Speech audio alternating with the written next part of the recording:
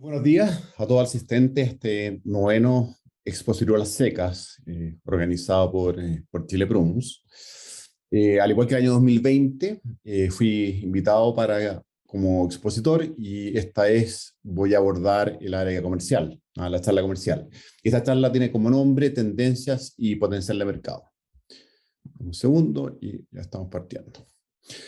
Ok, bueno, antes de comenzar, quisiera presentarme para los que no me conocen. Mi nombre es Sebastián Valdés y actualmente me dedico exclusivamente a directorios, o consejos directivos o juntas directivas, si es que en otro lado los llaman distintos, según lo conozcan en cada país.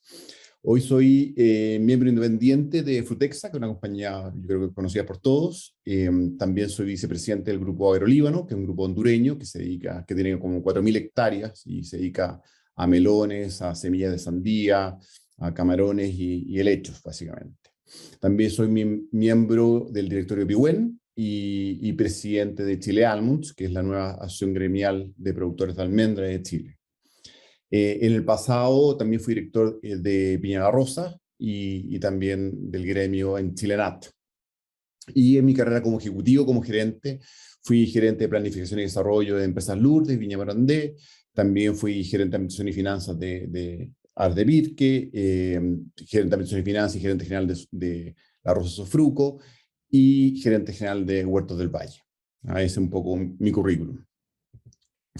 Bueno, y en esta charla vamos a suponer que aquí hay dos anfitriones de esta charla, y los que están teniendo una conversación entre sí. Uno es Mr. Productor y el otro charlista, el otro integrante de esta conversación es Mr. Exportador. Y ellos van a ir conversando en esta charla y van a ir resolviendo, espero, todas sus dudas con respecto al mercado. Lo primero que Mr. Exportador, que Mr. Productor en verdad se pregunta abiertamente es, bueno, ¿qué quiere saber el productor en general sobre el mercado? Y eso es un poco lo que vamos a intentar resolver. Los productores vienen, un poco como antecedente, de una temporada 2021 sumamente positiva, ya que el retorno que obtuvieron fue, si no el mejor, uno de los mejores de las últimas 2 décadas en Chile.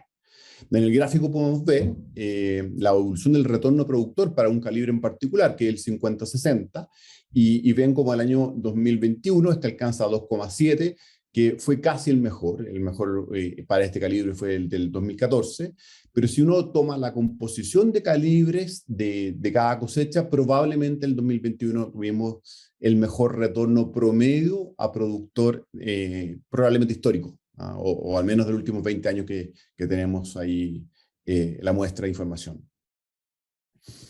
Entonces, claramente, Mr. Productor tiene motivos para sonreír. O sea, hay motivos para sonreír para los productores chilenos. Y la pregunta, obviamente, es que si estamos contentos, luego de esta alegría que tuvimos en el año 2021, Mr. Productor se pregunta, bueno, ¿se van a mantener los precios altos? Lo que probablemente es la principal inquietud de la mayoría de los asistentes a esta charla, a esta presentación. Pero para responder la pregunta de Mr. Productor, lo primero que tenemos que saber es, bueno, ¿qué pasó en el año 2021? ¿Por qué hubo tan buenos retornos? Y obviamente, si lo que se produjo en el 2021 se puede proyectar para adelante, se puede proyectar para el año 2022. Bueno, y para comenzar a explicar lo que pasó el año 2021, yo quiero que vean un poco este gráfico. Este muestra las exportaciones en millones de dólares de los 4 mayores productores y exportadores de ciruela seca en el mundo, lo que llamamos los Big Four, que está Estados Unidos, está Chile, está Francia y Argentina.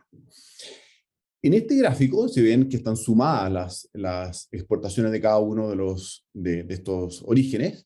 La línea punteada roja es la media de todos los años. Y si ustedes ven el total de exportaciones de los 4 países, bueno, se mueve bien cercano a esta línea.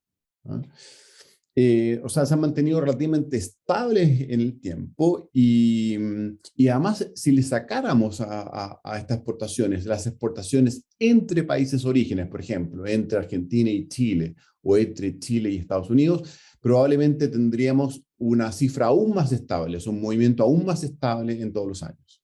Entonces, es decir, el mercado internacional gasta en ciruelas relativamente lo mismo cada año y lo viene haciendo así hace muchos años.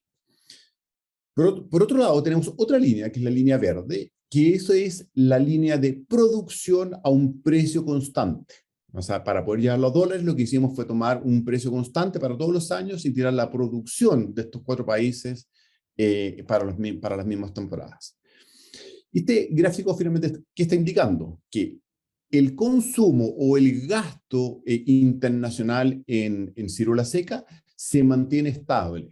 Luego, si hay variaciones en la oferta o variaciones en la producción, ¿cuál es la corrección? Bueno, se corrige vía precio.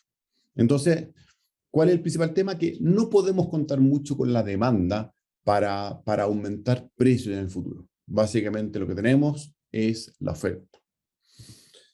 Entonces, bueno, el señor Mr. Exportador lo que dice es que lo relevante entonces es la oferta.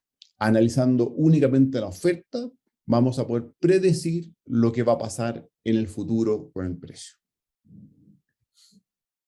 Bueno, ¿y qué pasó con la oferta entonces el año 2021? Bueno, el 2021 tuvimos tres fenómenos de escasez que afectaron la oferta chilena y mundial de la ciruela seca. El caso de la calidad quizás solamente fue el caso de Chile, pero estos tres fenómenos son la escasez de fruta, la escasez logística y la escasez de calidad. Estos tres fenómenos afectaron entonces a la oferta del año 2021. Entonces, bueno, partamos analizando el primer fenómeno, que es la escasez de fruta, que enfrentó el mercado el año 2021. Y vamos a partir por Francia primero. Esta Francia es muchas veces invisible a nuestros ojos porque tiene un gran mercado doméstico y un gran mercado en sus vecinos. Y por eso entonces normalmente no lo percibimos tan como competidor, porque efectivamente comercializa su fruta en mercados que no coinciden tanto con los chilenos. Y para nosotros entonces eso lo pone en una posición secundaria en el comercio internacional. Si vemos el motor productivo, que es la superficie productiva de Francia, se ha mantenido relativamente estable en el tiempo. Si se fijan, hay dos mesetas. Hay una meseta hasta el año 2012 y después otra meseta desde el año 2014. La primera, la media es más o menos 12.000 hectáreas productivas y a partir del 2014 es cercana a 10.000, 10.500 hectáreas productivas. Entonces, en general, la superficie productiva en Francia se ha mantenido estable y por mucho tiempo.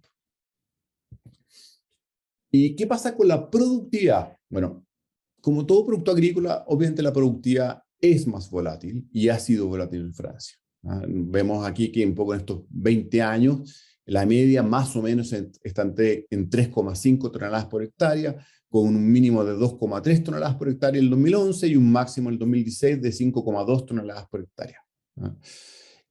Y el año 2020 en particular, que fue el año con la cosecha que estábamos compitiendo el año pasado, fue un valor de 3,2 toneladas por hectárea, que es relativamente parecido a la media de estos últimos 20 años.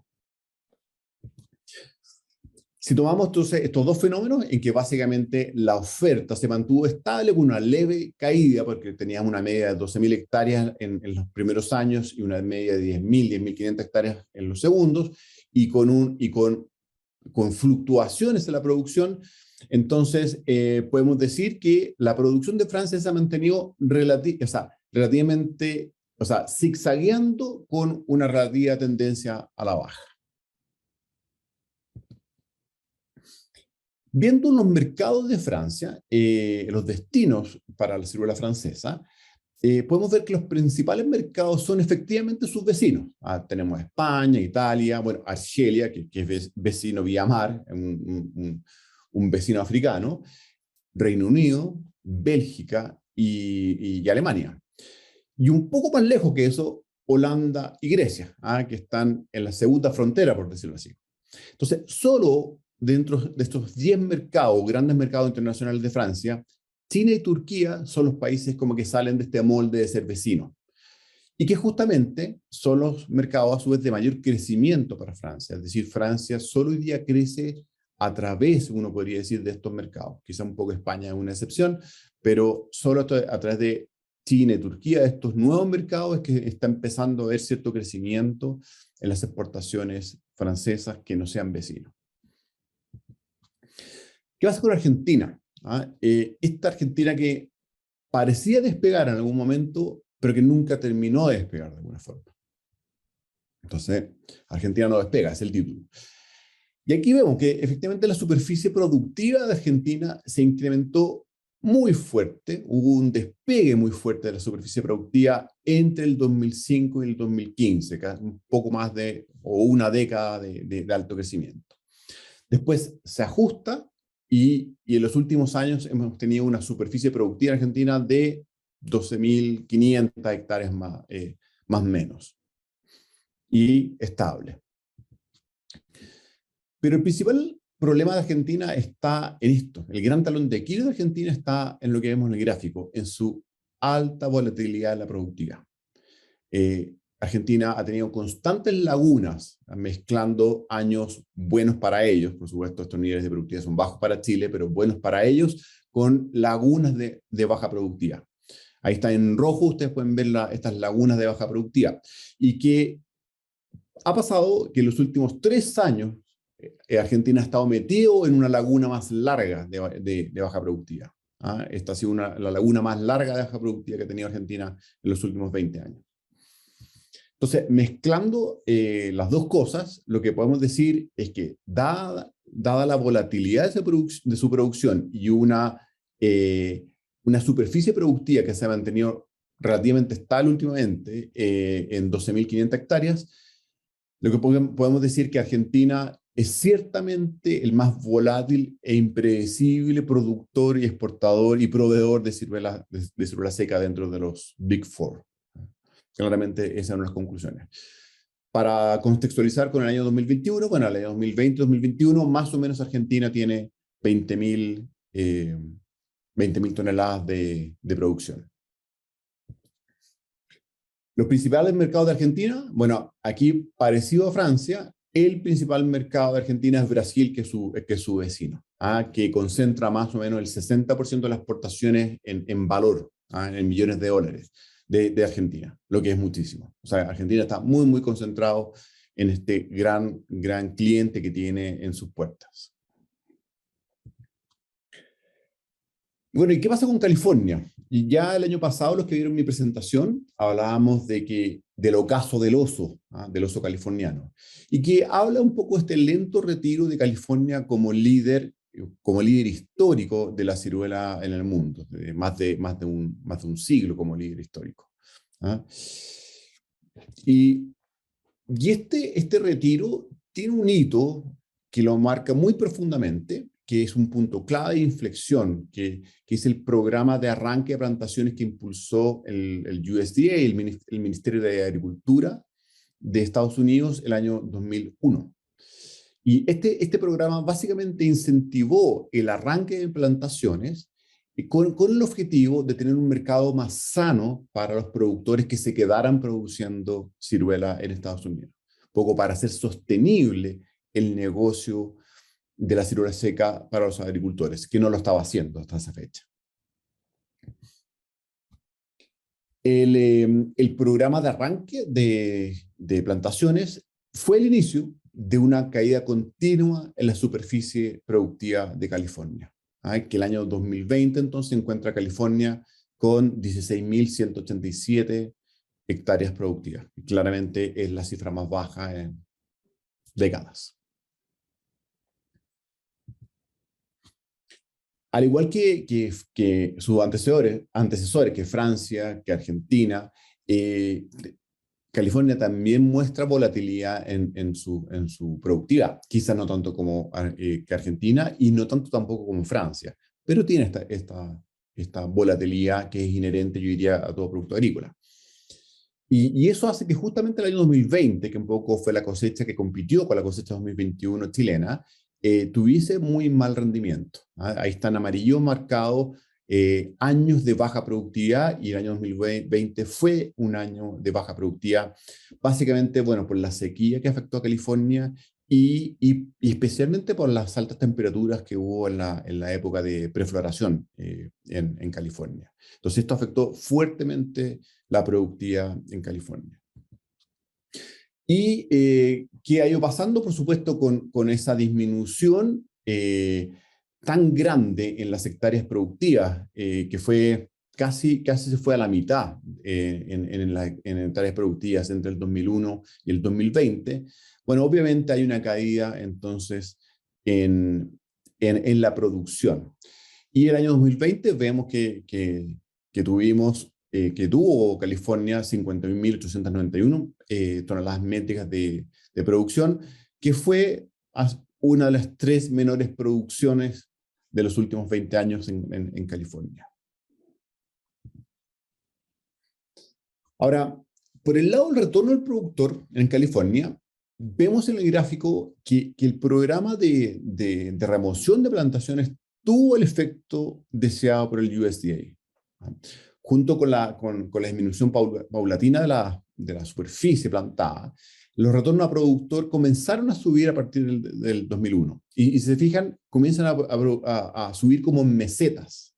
Entonces tenemos una primera meseta, que es cuando esto recién comienza, de entre 0,8 y 0,9 dólares por kilo a retorno productor. Después se da una meseta entre el 2004 y el 2017 de entre 1,4 y 1,6 dólares de retorno a productor. Y después a una nueva meseta entre el 2013 y hoy, en que tenemos retorno a productor para Estados Unidos entre 2 dólares y un máximo de 2,7, que fue el año 2014. Esto promedio. Y esto también tiene que ver para esto el que California también se fue quedando, por supuesto, en la medida que fueron saliendo productores. Normalmente los productores que fueron saliendo o que fueron arrancando, y las mismas hectáreas que se fueron arrancando, obviamente fueron las menos productivas. Entonces también vemos en el gráfico de arriba, en la línea de arriba, la blanca, que el calibre promedio de California ha ido mejorando. Obviamente esto siempre ocurre también en forma zigzagueante, pero si uno va tomando como la media, también fue mejorando el calibre promedio, y esto obviamente contribuyó a tener mejor precio y mejor retorno. En términos de mercados para Estados Unidos, el destino que siempre California ha mantenido casi en exclusividad ha sido Japón, el que representa casi un cuarto de las exportaciones valoradas, de las exportaciones en dólares de California. Ahora, en los últimos años, junto con este declive de la producción, se sumó México como mercado. Se fijan, en el 2010 era un mercado muy pequeño, en cambio para el 2020 ya pasa a ser un mercado muy relevante, el segundo mercado más relevante para Estados Unidos, y de a poco ha ido configurando una cartera de clientes que se empieza a asemejar un poco al modelo francés, inclusive también argentino. Quizás no es tan pronunciado como el argentino, pero en que Estados Unidos empieza a venderle básicamente a sus socios, o sea, México y Canadá, porque fíjense que Alemania e Italia, que eran otros mercados importantes para Estados Unidos, empiezan a disminuir, y obviamente manteniendo como único mercado fuera de sus fronteras, por decirlo así, a Japón, que es un mercado prácticamente exclusivo para Estados Unidos, no solo en ciruela. De hecho, también esto ocurre en la almendra, ocurre en nuez, en otros mercados en donde también Chile exporta. Entonces, yo diría que es como la nueva configuración comercial de Estados Unidos. Y el caso de Chile, uno puede decir que Chile como que este puma no da zarpazos. ¿Y en qué sentido no da zarpazos? Que Chile, ya siendo el líder, el nuevo líder de la industria, es como que todavía no asume esa responsabilidad en términos del desarrollo de la demanda a nivel global de la ciruela seca. A eso nos referimos como que Chile todavía no da estos pasos. Entonces luego hace que tampoco la industria chilena haya podido crecer lo que debiese crecer en los últimos años. Bueno, y aquí vemos que, al igual que Argentina, en la superficie productiva también crece muy fuerte hasta el año 2012, y de ahí en adelante es como que entra en una meseta de entre 10.500 a 11.500 hectáreas productivas que, bueno, se ha seguido manteniendo. Y en términos de productividad, al igual que sus competidores, también tiene cierto nivel de volatilidad. Pero lo que sí podemos decir es que la productividad que tuvo Chile en el año 2021 fue muy baja y básicamente afectado, yo diría, por dos efectos. Hay una causa que tiene que ver con una sequía constante producto del cambio climático que está sufriendo toda la agricultura chilena. Y segundo, y quizás en este caso eso es más importante, efectivamente las lluvias de enero que tuvimos que afectaron fuertemente la producción. En este gráfico tenemos un elemento que no teníamos en los otros gráficos, que está, es esta área blanca que está en cada columna, que es la productividad adicional que tendríamos, o que tuvimos, en verdad, que tuvo Chile, pero que en verdad se fue fresco. ¿Ah? Ahí están, eso es lo que habría que agregarle en términos de productividad real a Chile por la fruta que se fue a fresco y que de alguna forma no gozó la industria de la ciruela seca. Ahora, aún así, si en el año 2021, si uno suma esa franja blanca, igual que una productividad bastante parecida a la peor productividad de los últimos 20 años, que había sido la del año 2003. Bueno, y sumando todos estos factores, un poco la sequía, los factores climáticos que han afectado a Chile y una superficie relativamente estable e inclusive levemente a la baja, claramente ya Chile suma 5 años o un quinquenio de producciones que van a la baja. ¿Ah? Entonces teníamos producciones cercanas a las 100.000 toneladas y el último año tuvimos una producción de ciruela seca de 58.430 toneladas métricas.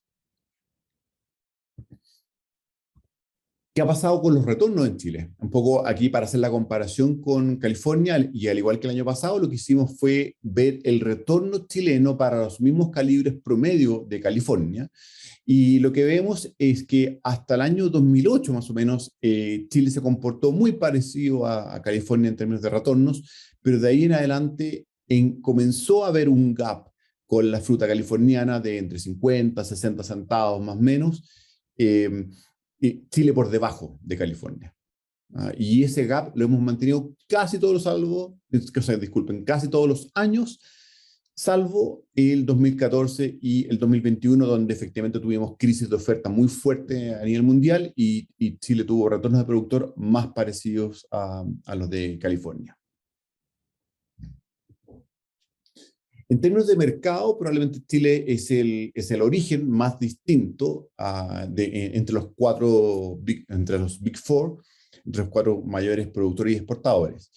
Su cartera es más diversificada, mucho más diversificada. No hay un solo gran destino que tenga un porcentaje demasiado relevante, a pesar de que obviamente hay mercados más relevantes. Los mercados están, obviamente Chile no tiene grandes vecinos que le compren, así que sus mercados están en todo el mundo.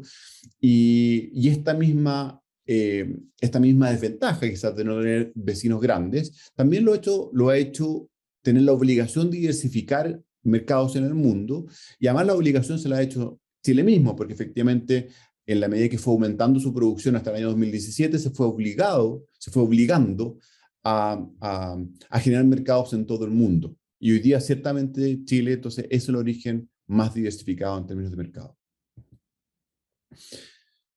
Si tomamos la oferta mundial de los Big Four y le agregamos otros 4 grandes orígenes como Australia, Italia, Serbia y Sudáfrica, bueno, vemos que la oferta mundial de ciruela seca vivió una gran contracción en la temporada 2020-2021, 2020 hemisferio norte, 2021 hemisferio sur, pasando de 220, 290 mil toneladas 2017-2018 a 224 del 2018-2019, 227 del 2019-2020, si se fijan, 3 años estables dentro de estos 4, a una producción de 169.926 toneladas en la temporada 2020-2021, es decir, una gran contracción de oferta.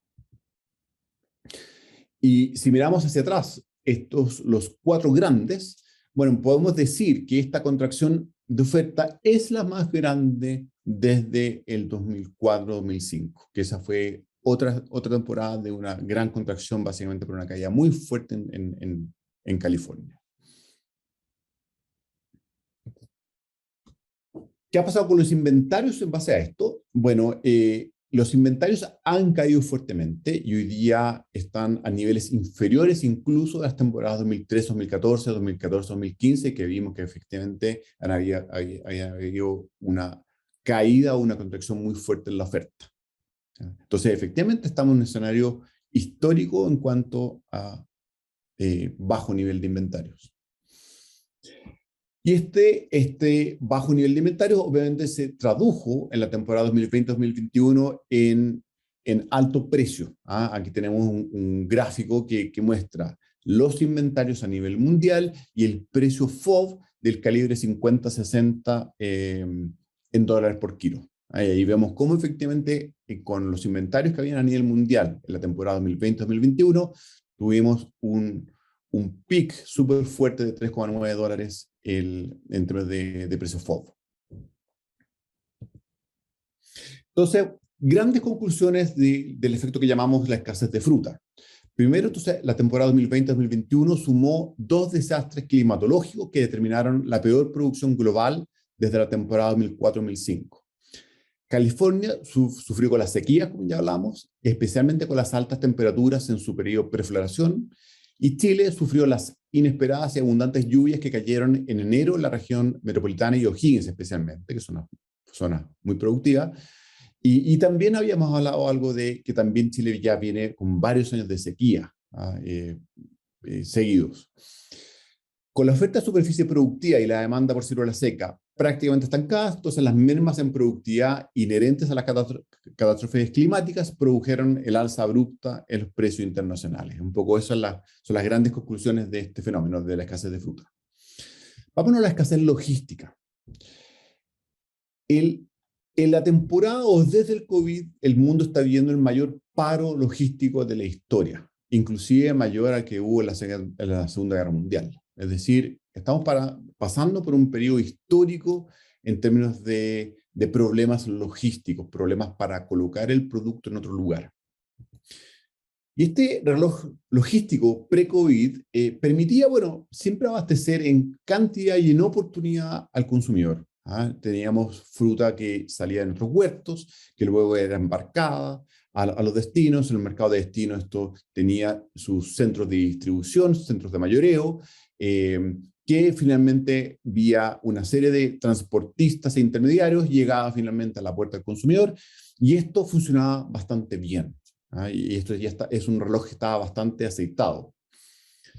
Pero el COVID hizo añicos el reloj, lo destruyó por completo. ¿Ah? Y más encima perdió las partes, o sea, las dejó desordenadas en todo el mundo. ¿Y cómo funcionó esta destrucción y la reparación inicial del reloj? Porque aquí hubo una destrucción, pero después llegó nueva demanda e intentamos repararlo. Entonces, esos son los pasos. Primero, la pandemia interrumpió el comercio y la cadena de suministro internacional. Hubo un paro de repente del comercio a nivel global. Pero después salieron los gobiernos a subvencionar a su gente, a su población, y esto reactivó la demanda. Y con ello, la cadena de suministros se reinició. Pero los patrones de consumo en el COVID cambiaron y la gente privilegió la adquisición de bienes en vez de servicios. Obviamente la gente no podía salir a restaurantes, no podía ir a percibir servicios. Y los canales online, dado esto, empezaron a vender por sobre o con crecimientos muy por sobre los del retail tradicional. Los agentes logísticos no fueron capaces de armar una nueva cadena para el nuevo escenario global, con nuevas rutas, y cuando hablamos de nuevas rutas estamos hablando de nuevas rutas navieras, en transporte terrestre, en transporte aéreo, almacenes donde se necesitaban ahora y antes no habían, contenedores y embalajes, es decir, ahora necesitamos contenedores en lugares donde antes no había y empezaron a sobrar contenedores en ciertos puertos o en ciertos centros de distribución que ya no estamos ocupando. Tipos de embalaje. Ahora el cartón se empezó a ocupar para todo lo que llegaba a la casa empezó a llegar en embalajes de cartón y luego empezó a haber escasez de papel en todo el mundo. Y, y todo esto está diseñado y ordenado entonces para otro contexto, y lo tuvimos que reordenar, y obviamente eso nos hace del día a la noche. La escasez logística aumentó la incertidumbre de suministros para fabricantes, mayoristas y minoristas, es decir, había dinero en los bolsillos de los consumidores, ellos presionaron la demanda, pero la cadena de abastecimiento no fue capaz de cumplirle de inmediato. ¿Ah? ¿Por qué? Porque los fabricantes no le llegaban los insumos, no le llegaban las materias primas, entonces luego no podía producir lo que necesitaba producir. Los mayoristas y minoristas también se vieron afectados por la escasez logística, no podían coordinar los embarques, no podían coordinar el transporte naviero, no podían coordinar el transporte terrestre para tanto proveerse de insumos o de materias primas o de productos a comercializar, como para así entregar también esos mismos productos al consumidor final.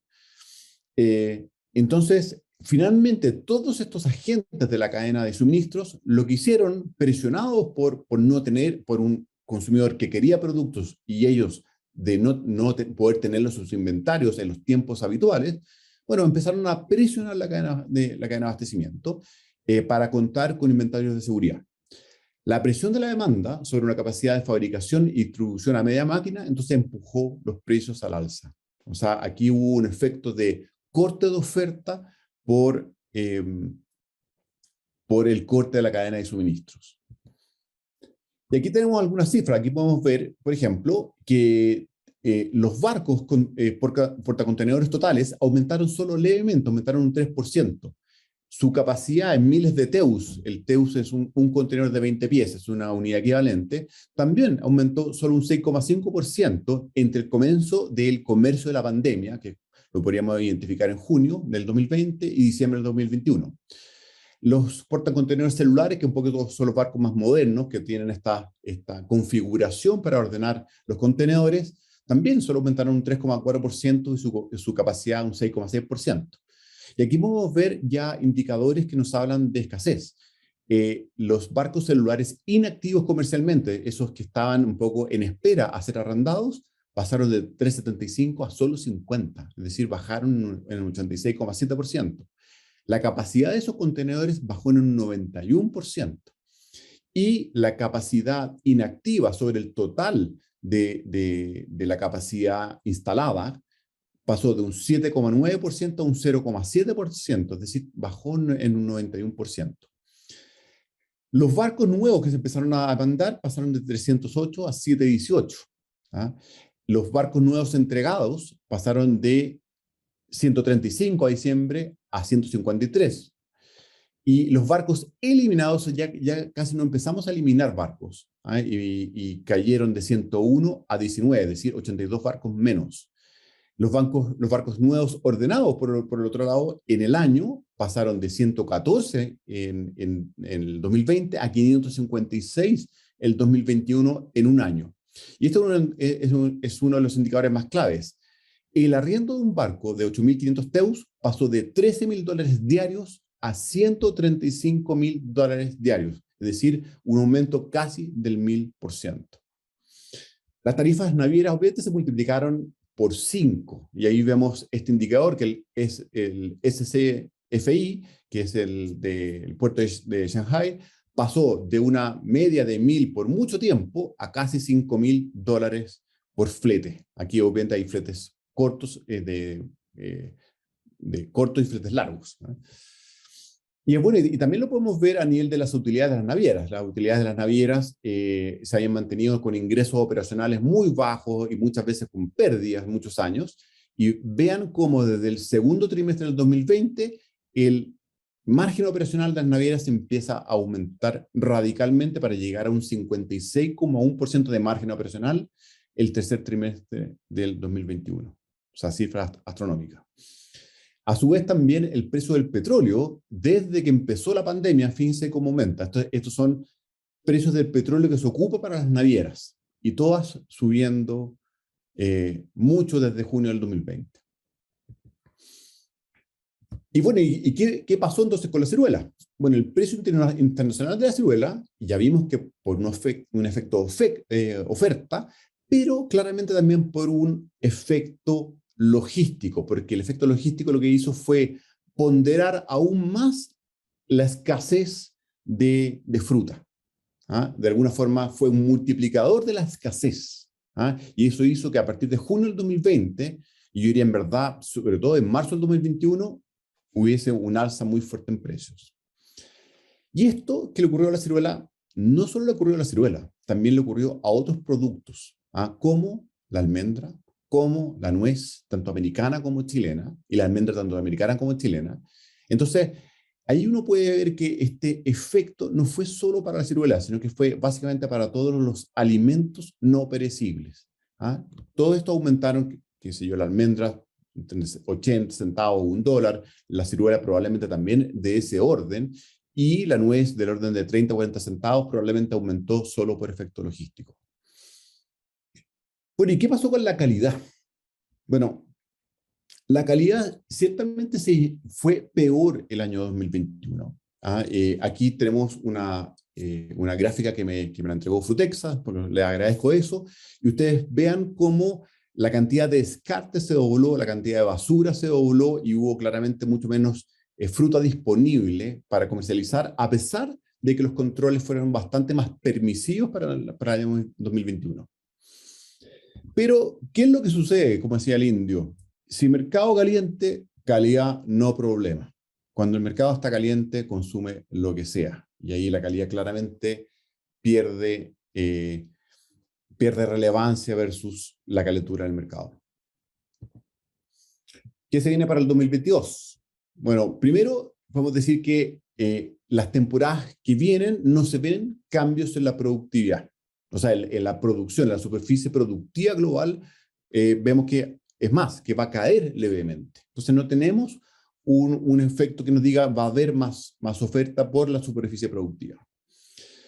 Y lo que estamos esperando para la temporada 2021-2022 es otra contracción de oferta. Esta vez más provocada por Francia, con una caída muy fuerte, y por Argentina. La otra fue provocada más por California y Chile. Esta vez está más provocada por Francia y Argentina. Entonces vamos a tener 171.000 toneladas de oferta o de producción a nivel global. Y esto va a hacer nuevamente que los inventarios vuelvan a caer.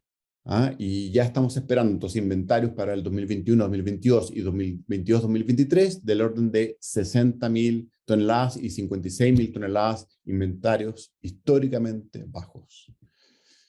¿Podemos decir que esto garantiza que los bajos inventarios, o sea, que esto garantiza en los bajos inventarios globales nuevas alzas en el precio de la ciruela seca chilena? Y como dice Mr. Exportador, no lo garantiza. ¿Y por qué? Porque depende mucho de la reparación del reloj logístico. ¿Ah? Podemos ver que los barcos nuevos ordenados el 31 de diciembre eran 718 y aquí vemos cada año la cantidad de barcos nuevos que se van integrando y a su vez también los barcos que debiesen ser eliminados. Y ustedes vean que el crecimiento acumulado en barcos desde el 2021 al 2024 es solo un 8,2% en términos de barcos y un 19,3% en términos de capacidad. Si esto lo comparamos con la demanda, que la demanda se mira básicamente por la cantidad de millones de TEUs o de contenedores de 20 pies, equivalente a 20 pies trasladados entre puertos, podemos ver que el crecimiento anual que tiene la demanda, al menos hasta el año 2022, va a ser mucho mayor que la cantidad de nuevos barcos o de nueva capacidad que va a entrar al mercado.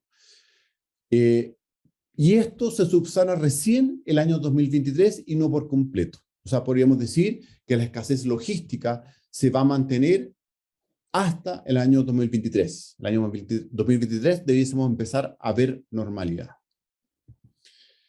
Pero ¿qué pasa con este efecto de ansiedad que hubo? Que todos en la cadena de suministros intentaron abastecerse y como no lograron abastecerse, les bajó la ansiedad y empezaron a presionar la demanda.